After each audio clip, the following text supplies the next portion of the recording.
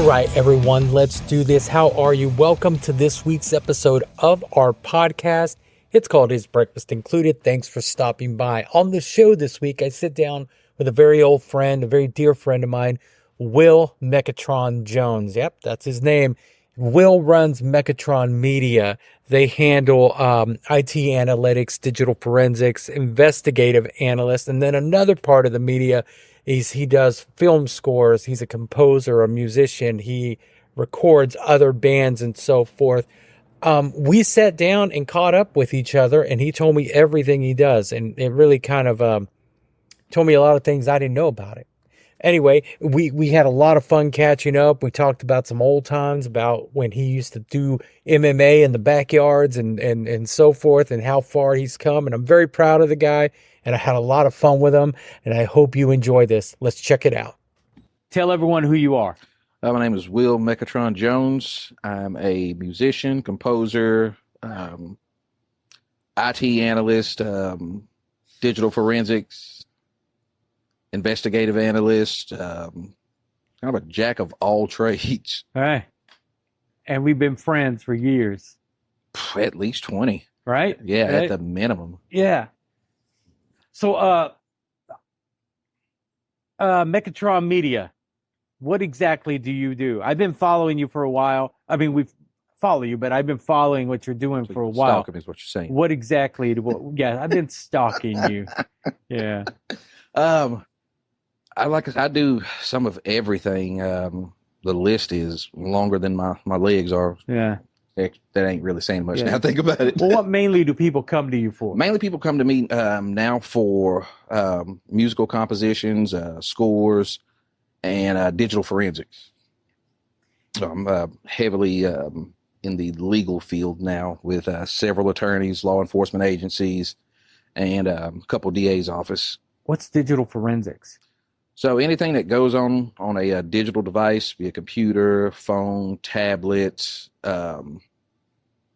laptop, anything that has any type of digital framework to it, I can go in and basically tell you everything that's been on there from the day that phone came on and went off, where it's been, what other devices it's been in contact with, networks it's been on. Yeah. It's pretty much the entire lifespan. Okay. So like years ago, there was a podcast called Serial about the guy that they accused him of murdering his girlfriend. He went to prison, but part of the whole case, they were using the cell phone pings. Yeah. Is that kind of what it, yeah. Yeah. See, that's and that was primitive back then. It was one of the first times they had used it. So now it's probably more developed. Oh, extremely. I mean, that's one of the things we've used in the process of solving my little brother's murder is the mobile intelligence aspect of it, doing multiple geofences from different cell phone towers, data dumps from cell phone towers. Yeah.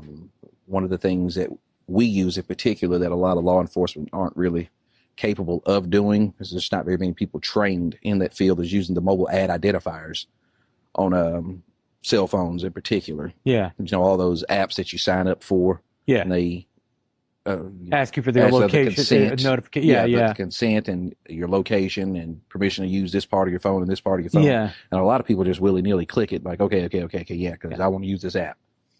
Yeah. But in the process of doing that, and people always say, oh, well, I was talking about this, or I Googled this, and then it popped up on Facebook. Yeah. Well, that's why, because now you have a mobile ad identifier. Ah, okay. And with that, those mobile ad identifiers, they basically catalog you.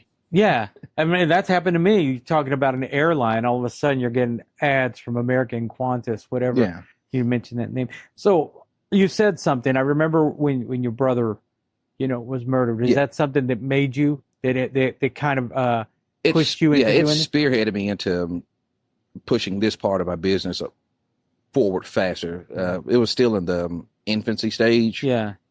But once I learned the constraints that local law enforcement had, I kind of gave them some ideas because I couldn't help directly with the case because I'm an interested party in it. Yeah. So I told them, like, hey, I have, some guys, with this law enforcement agency that I can put you in contact with. They can help you out with, this part of it to kind of expedite the investigation. Yeah. And utilize technology. Yeah. Everybody has a cell phone. Yeah. Everybody. Like even I see a lot of homeless guys that walking down the street talking on the phone, or you give them $1. Hey, I ain't got no cash. Can you cash at me then? I'm like, all right, bro, you got it. That was the craziest thing, man. That was the first time I did it, just about a year ago. I was in Vegas working, and a guy asked me, I was like, man, I ain't got no money. He goes, I got a Venmo.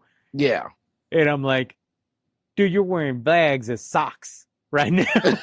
You got a Venmo.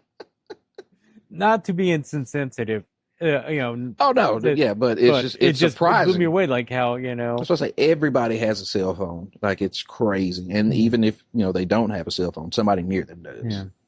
And so is that a big part of your media group, this digital forensics? Yeah, it's becoming the most lucrative part now out of everything. Even my music, I wouldn't say it's slowed down, but actually working with other artists and doing production for musicians has slowed down drastically. One, just because the area I'm in here, a lot of people, they can't afford my rates. And I understand some people I work with, if I think they got a really cool project. Yeah. But with, these brands that reach out to me to do music for them or jingles, like, the Unforgotten, when they reached out to me to do the theme song for their podcast, that happens more often than any other thing that I do that's pertaining to music. Yeah. And it's the digital forensics. I mean, yesterday I consulted on, what's it called? DocuSign fraud, how to prove that. Yeah. This would be the second time I've had to do this. Oh. Like, the first time, it's funny that this attorney presented it to me. And she's like, hey, we got this case. She's like, I'm not going to go into any details, but all I'm going to ask you is, can you somehow, some way prove that somebody committed fraud via DocuSign? Pretty much like with everything else that I offer that I can do. Initially, some of it I had no idea how to do it. I'm like, yeah, I can do that. And then I'll just come home and I'll do some research on it, figured out the ins and outs of it, ran a few DocuSigns with myself to just see exactly what all popped up. Yeah. And once I figured it out, I was like, oh yeah, it would be super easy. And ran through the case. Took me about 3 months overall. Once I got it figured out, I presented it was like 5 different reports just to hone in on each aspect of it individually, so they understand it, because a lot of people don't speak technology. Yeah, everything you're saying right now sounds like Greek to me. Yeah, so when I say they use the VPN and the DNS. Yeah. I've heard these ANS, terms. Yeah. And they're just like, what? So what's an IP address? And I have to break everything down to them. So once they got the gist of what I was talking about and I labeled it up enough for them, knocked it right out of the park. Right on, man. And so another person heard about that and they were like, hey, can you come in and sit down on this? And I'm like, yeah.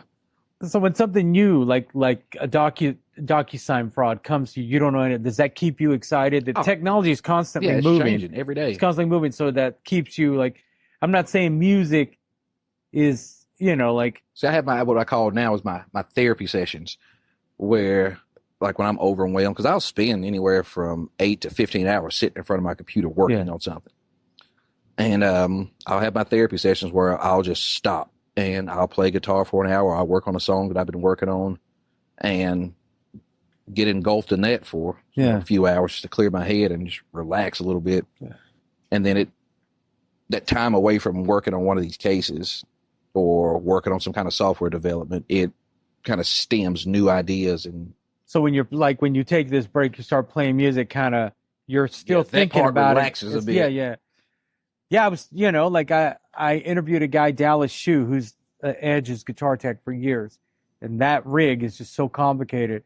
So I can only imagine. Every morning he swims laps. And he told me, when I have a problem, like the show, I'd swim laps and I'd just think about it while I'm swimming. That's his therapy session. He goes, it just kind of opens up my mind. Yeah, you got. And then there it is. Yeah. Like even during, actually it was during that first DocuSign case, because there was just so much data. And I was working on some AI applications. Yeah. Or some AI software. And I got thinking, I was like, what if I can combine this part of this software with what I'm actually trying to do with all of this data? And I was just spitballing. And I built like a little small framework and just started dumping everything in there. And coding it, putting all the parameters in place and all the language on how it's supposed to function. And once I did that, and it was right at the end of the case too. Yeah. Well, once I did it, and I just ran through all the data, all the documents, all the testimonies, everything, just ran it all through there. And it literally spit out the exact same, minus a few things, the exact same reports that I did manually. I was like, oh my God.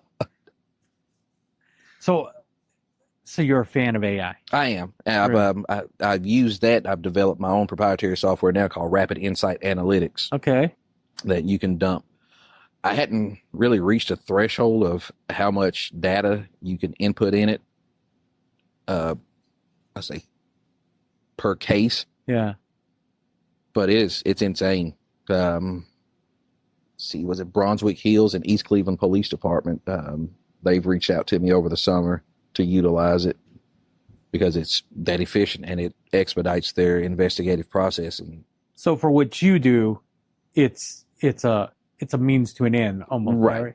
Now, it's not something I go to immediately because I need to get familiar with the case in general. But once I get familiar with it, I use it basically as an assistant. Yeah. I can talk to it. I have a talk to text programmed into it, so I can talk to it, ask it questions. It'll give me answers back or ideas and different ways to look at it. Yeah.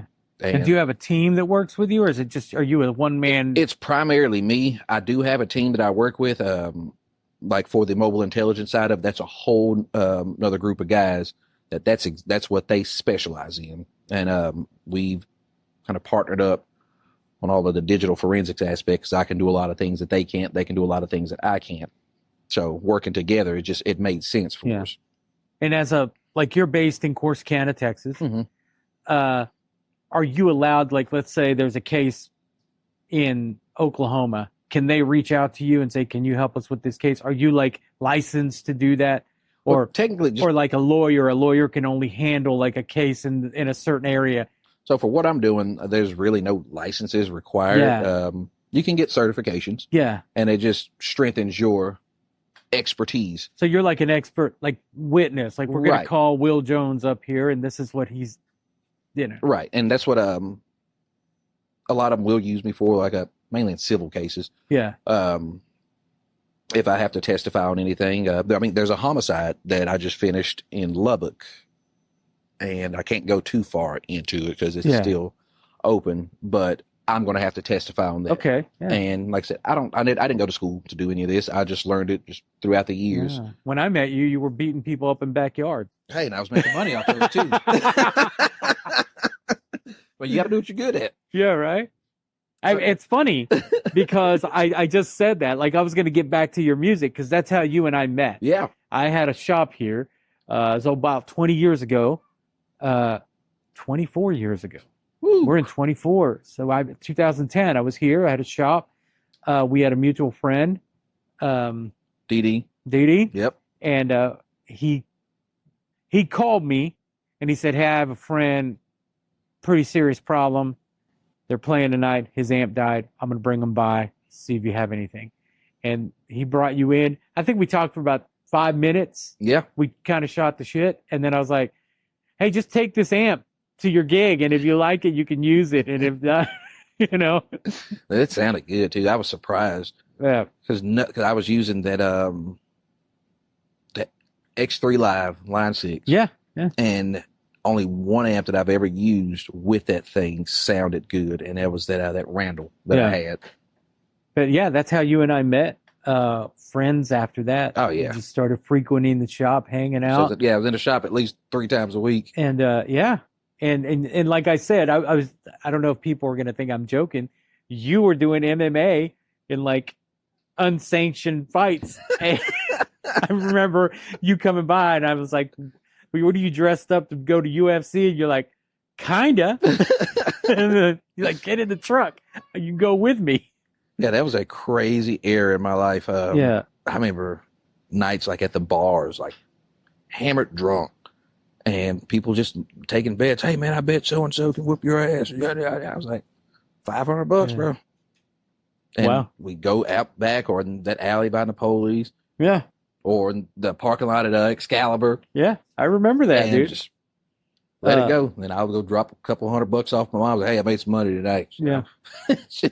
Once she found out what I was doing, she kind of frowned on it, but I was always giving her a little extra money to take care of her rent and everything. So she just would kind of turn a blind eye at that point. Yeah. Your music production, you do a lot of jingles, a lot of, like you recently did the, did you know the story of Shelley Watkins before they approached you about this piece of music? Yeah, when they approached me about it, I was like, oh my God. It's like, absolutely. It's like, I've been wondering about that case since I was a kid. I think anybody who grew up around here has always wondered, that. And I just caught up today on all the episodes. But yeah, your music, I saw you post about it. And then I thought, well, what? I asked you, like, you're like, I just did the music to it. And it fits really well. Yeah. Did you have this music written before that? Some of it. Okay. It was something that I had started, but I never finished it. Yeah. And when Carol had reached out to me and we were talking about it, I was like, in my head, it's like, oh my God, it's like, I have the perfect song already. Wasn't finished, but it was the skeleton for it. Yeah. It was the beginning part, that bum bum bum bum bum bum bum bum bum bum bum bum bum bum. That's all I had. That's all I had. And so I just start putting everything else together, literally, like right after we got off the phone, and I sent her the demo of it, and she loved it. And in my head, like, I started overthinking at that point. But it was quick. I was like, this is what it's going to sound like. But in my head, like, I wanted it to be more, bigger, so much added stuff to it. Did they end up using what you sent, or did you work? They went with what I sent originally versus what I finished in the end. Yeah. So I had a section in there that was I took a page out of Tool where everything was like in between each other. Uh-huh. And like right there at the end was the big French horns. That initial one goes on it a bit longer than the last two, but it cuts off. Not even, it's like, it's a weird time signature where it cuts off at almost like a 30-second of where it should actually. Yeah. And then the other two kick in, but it fits so perfectly with how it just flowed into it like that. Did you hear any of the podcast before you did the music? No. Or she just explained to you? Yeah, I think they do I don't know how they do the episodes if they were all pre-recorded already, but they wouldn't even, I don't think they were finished recording. Yeah. When she had reached out to me. Yeah. Because once I got the music over to them and got all the metadata and all that stuff squared away, she had sent me a couple samples of it, and like I said, it's the whole engineer in me. I was like, y'all might want to get your sound guy to do this and do this. She goes, oh no, this isn't what it's supposed to sound like. She's like, this is just, I wanted you to hear what we got so far. It's like, this is unedited. I was like, oh, okay, that makes sense. But did you help them with any of that? I wanted to, but they had already had a guy on board. I think if they would have found me prior to finding those guys, then I probably would have had the entire thing. Yeah.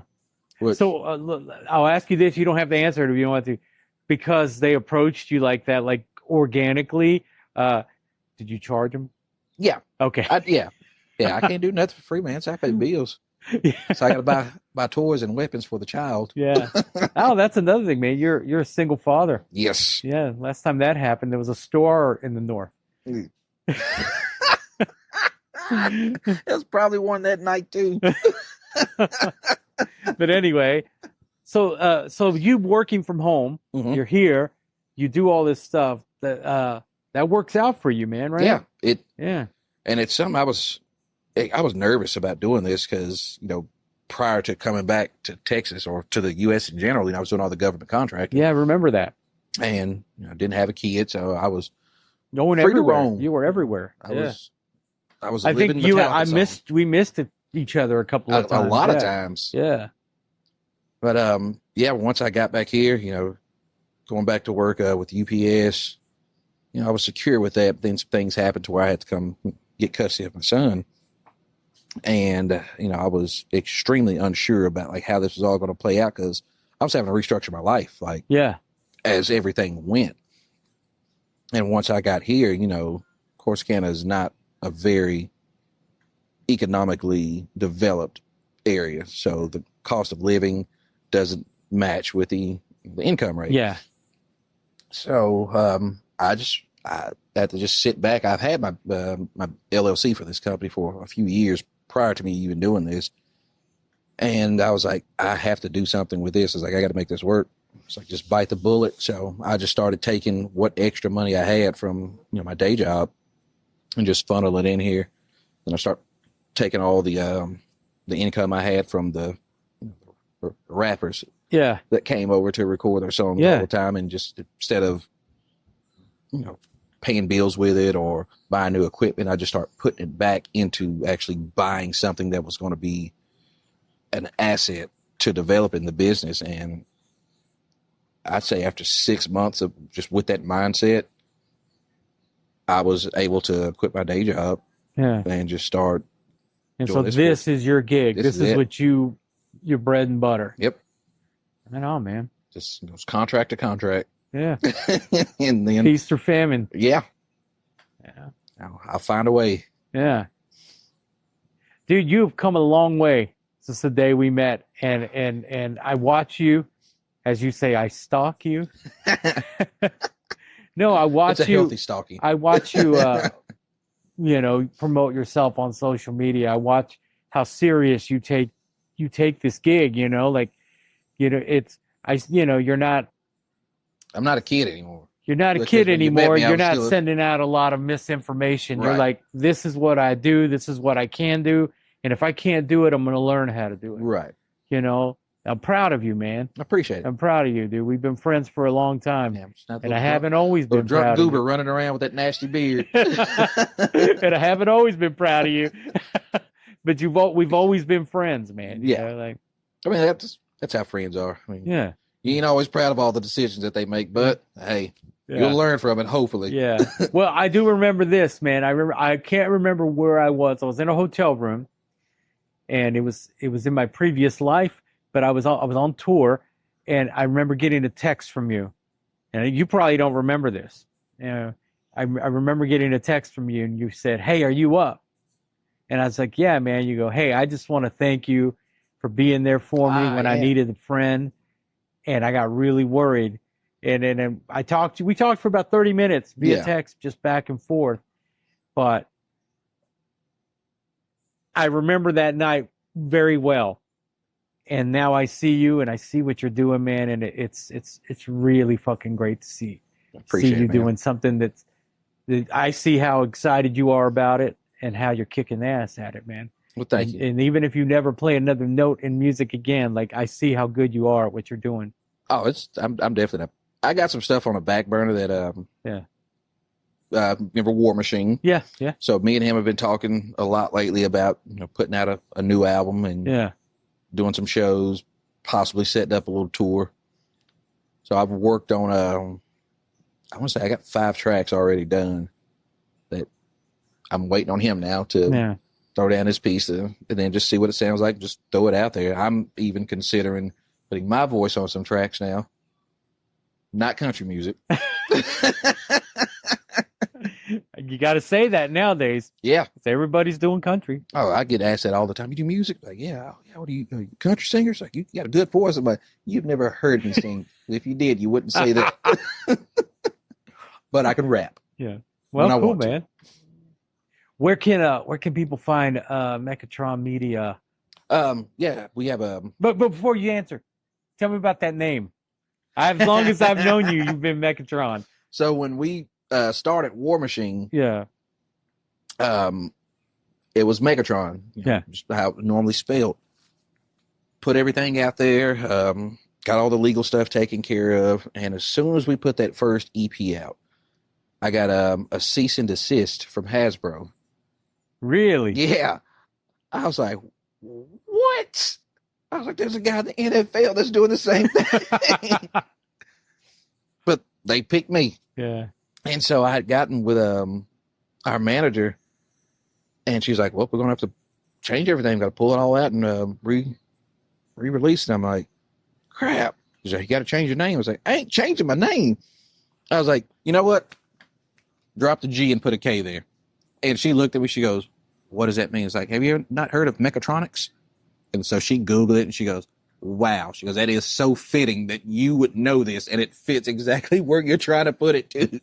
Because that was the concept of why we came up with that, the name War Machine, because he went by, war, Megatron, so it's like, War Machine, because Megatron's a machine. Yeah. It was like, and we're solving problems with music. Yeah, right on.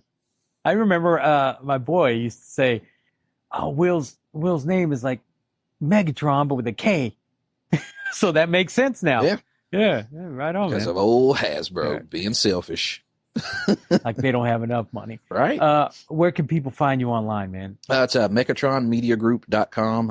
It's Mekatron, Mekatron, Mediagroup.com. Also, you can find us on Facebook. It's Facebook.com / All Hail Mekatron. And TikTok. TikTok's more just being my son goofing off on things. Yeah. But I'm also on TikTok, Instagram, all the same tags. And they can contact you about music production, editing, composition, scores, digital forensics, mobile intelligence. Sometimes I just like to nerd out about stuff, or if it's just some random thing that's not on there that you think that I could do, shoot it my way. I'm pretty sure I can do it. Oh yeah, I forgot about the old the digital conversion stuff. Take vinyl records, convert it to digital, VHS, cassette tapes. Okay. One of the things I'm working on now is with all this the AI voice modeling. Okay. I'm working on a project for the Blackwater Memorial alumni that I'm part of, for all the operators that passed that worked with Blackwater. And I did it with my brother, Dylan. Dylan, yeah, I remember. Singer of the band. Yeah. So when he passed, we had a lot of songs that we had recorded. Some of them we had recorded, but they were never finished. And I always wanted to put that out. Now, since he's passed, a lot of the guys in Blackwater have asked me, hey, man, do you got any of you and Dylan's old music? Like, yeah, but it kind of sounds like shit because we never finished mixing it or mastering it, or we didn't record this part. This one's missing a bass. And so with all my knowledge of how to do this now, I wanted to re-record the music, but I was like, I can't do it without him because I damn sure can't sing. I damn sure can't sing like him. So for like the past 4 years, I started, studying how to, how AI and Python coding and everything worked and all the open source AI. And just this year, I got it all dialed in to where I could perfectly clone his voice, and I can go in and sing it. I mean, I did enough backup for him. I kind of know how his inflections are. Yeah. And the songs are like, I still have the older recording, so I can listen to it enough to get it back down the way he did it. Or even just take some of him out and put it in there into the voice model. Yeah. To where it would run it, clean it up, fill it all back in of all the little missing frequency spots. And it works with some of them, but not all of them. Yeah. But I recently got all the parameters set, like specifically for cloning his voice. And dude, it's amazing. I'm looking forward to hearing that, man. Yeah, I really am. I've sent to his sister, his dad, like a few other people in BW, and they was like, when did you I did the thong song. I took the thong song and I cloned his voice over into it, and I sent it. And my buddy Peanut, he goes, when did y'all record the thong song? He goes, that Dylan? I was like, yeah. Yeah. Watch how you don't get sued by Cisco next. Well, we're not putting that out publicly. Right on, man. Well, thank you so much, dude, for giving me this time. I know we've tried this a couple of times, but I don't live here anymore. But I'd rather do someone like you in person. So I appreciate it. We've been friends for a long time. This podcast, it's called Is Breakfast Included? And if we were having breakfast, then my son wouldn't allow us to eat it because he'd be trying to take everybody's food.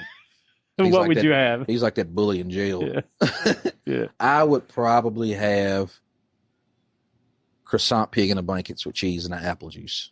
Straight up Corsicana breakfast. Yep, right from Donut Palace. I don't know. Well, Will, it's been good talking to you, too, man. brother. I love you, bro. Love you too, man. All right. Right on, Will Jones. You can find out more about Mekatron Media Group at mekatronmediagroup.com. You can find them on Instagram, Mekatron_Jones. Check them out, man. See if they can help you out. He played me some stuff after the interview, and it's just amazing. And when I told Will that I'm proud of him for how far he's come, I meant it, because I knew Will 24 years ago, and he's still the same guy that I grew to love, but he's a completely different person professionally, and he's handling business, and man, he's just really excelling at what he does. Check him out, mekatronmediagroup.com. And while you're online, hey man, go to isbreakfast.com.